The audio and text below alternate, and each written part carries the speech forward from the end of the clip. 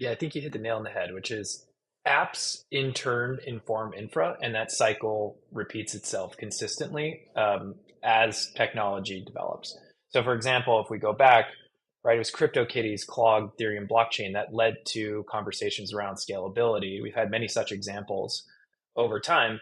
We've gotten to a place today where, like, if you look at the underlying numbers, like trillions of dollars of value is flowing over public blockchains. Stablecoins are leading a lot of that transaction volume. um, we've seen that with trading as well. So clearly, the technology has been battle tested and used at scale. Anytime I reference that for someone who's not in crypto, they're always like, "Wow, I didn't realize that." Right? Like I thought stablecoins were this new thing that just popped up, and it's like they are pretty new, but they're settling over $24 trillion a year.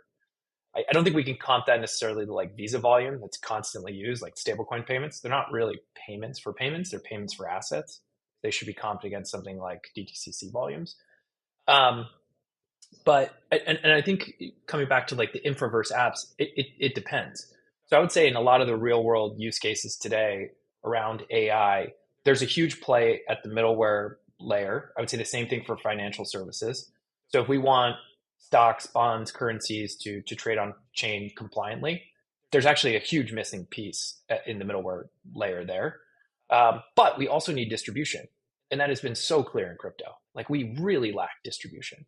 And so what you get are these kind of, as you said, the endless L1 investments, the endless printing of this kind of like, internet money, shifting TVL from here to there. And it's just a massive rotation game. Um, and I think that ends. I think that ends over this next cycle as you have real businesses with real metrics in real time on chain. So think about that, right? Like crypto companies don't need to do quarterly earnings calls. You can track this information in real time, make your own assumptions on what's sustainable, and make bets into the market. So we want to, the founders that we back, they have to be great people, super talented, really ambitious, but they're the ones that are not like running away from building something that somebody might actually use. But in some cases, like Primus is an example, they might be that middleware because we're in this transition period where like this stuff is really still being built and we're okay doing that. It doesn't need to be another L1, which is what I really liked about the Primus team's approach is that it's blockchain agnostic. And so that's something I really learned from being at Circle. We had USDC deployed across 15 chains.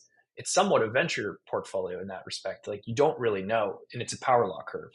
So it's about being at the right place at the right time. Circle was early to having stablecoin on Ethereum, benefited from DeFi summer. USDC went from $2 to $33 billion in a calendar year, was early to Solana,